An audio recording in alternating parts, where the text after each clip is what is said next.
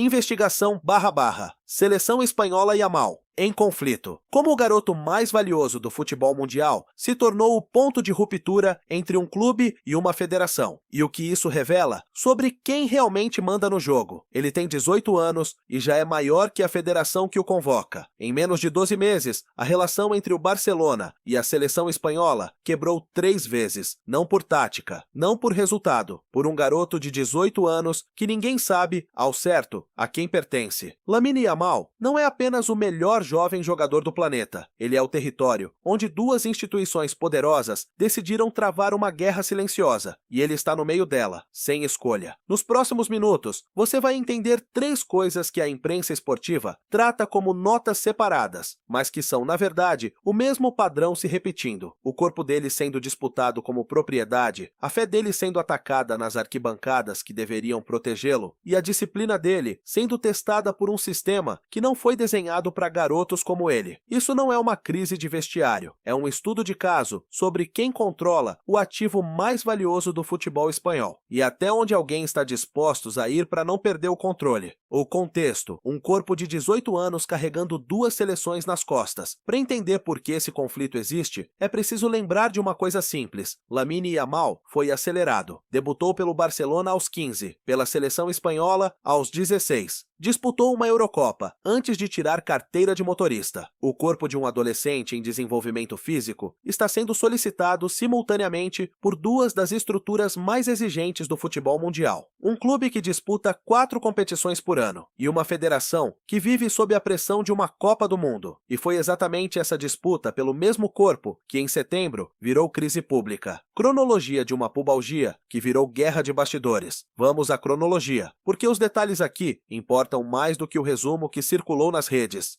ST Yamal joga lesionado contra Bulgária e Turquia. 3 de outubro, Barcelona anuncia recaída na pubalgia. 11 de novembro, corte por radiofrequência sem aviso prévio. Depois, cortes da seleção em 2 meses. No fim de setembro, Yamal atuou pela seleção contra Bulgária e Turquia, dando 3 assistências em 2 jogos. Voltou ao Barcelona com dores na virilha. E foi aí que a história ganhou um nome e um responsável. Escute a declaração de Hansi Flick, técnico do Barcelona, acusando diretamente a comissão técnica da seleção espanhola. É uma pena. Já saiu daqui com dores, deram-lhe analgésicos e jogou 73 e 79 minutos. Entre os 2 jogos, nem sequer treinou. Isto não é ter cuidado com os jogadores. Essa frase caiu como uma bomba na federação. Por quê? Porque, segundo a versão da seleção, Yamal não relatou dor no pubis, enquanto estava à disposição. Apenas dores nas costas, tratadas com um analgésico intramuscular antes do segundo jogo. Ou seja, as 2 instituições têm versões diferentes do mesmo corpo no mesmo período. 1 mês depois, em outubro, o roteiro se repetiu. Yamal foi convocado e, horas depois, desconvocado. O Barcelona informou dores recorrentes na região, mas foi em novembro que o conflito atingiu o ponto mais delicado. No dia 10 de novembro, o Barcelona submeteu Yamal a um procedimento de radiofrequência no pubis. A Federação Espanhola só foi informada depois que o tratamento já tinha sido feito. Há procedimentos que acontecem à margem da federação. É disso que se trata. Temos de aceitar. Nunca vivi uma situação assim antes. Não acho que seja algo comum. Luís de la Fuente, técnico da Espanha, em entrevista à rádio RNE, 11 de novembro, de la Fuente foi categórico ao dizer que conversou com Yamal na manhã do corte e que o próprio jogador queria permanecer com a seleção, totalmente comprometido, nas palavras do treinador. Mas a decisão não estava nas mãos do atleta, estava nas mãos do departamento médico do clube. O cerne do problema, segundo reportagens espanholas, é que o Barcelona defende que a pubalgia de Yamal exige um sistema de gestão de minutos que não estaria sendo respeitado pela seleção. A federação, por sua vez, argumenta que se ele joga pelo clube, pode jogar pela seleção também. 2 institutions, um corpo, 0 acordo. O padrão à fé, o atraso e a régua que não é igual para todos. O segundo episódio não envolveu o Barcelona, envolveu a própria torcida espanhola e revelou uma faceta do conflito que vai além de futebol. Em um amistoso contra o Egito, no estádio RCDE, em Barcelona, parte da torcida local entoou cânticos islamofóbicos e xenófobos, incluindo vaias durante o hino egípcio e durante momentos de oração da delegação visitante. Yamal, que é muçulmano praticante e tem ascendência marroquina, não foi alvo direto, mas se sentiu sentiu profundamente atingido. Eu sou muçulmano. Ontem, no estádio, ouvi os cânticos. Sei que era para a equipe rival e não era pessoal contra mim, mas como muçulmano, não deixa de ser uma falta de respeito e algo intolerável. Lamine Yamal, via Instagram, sobre o episódio no amistoso Espanha versus Egito.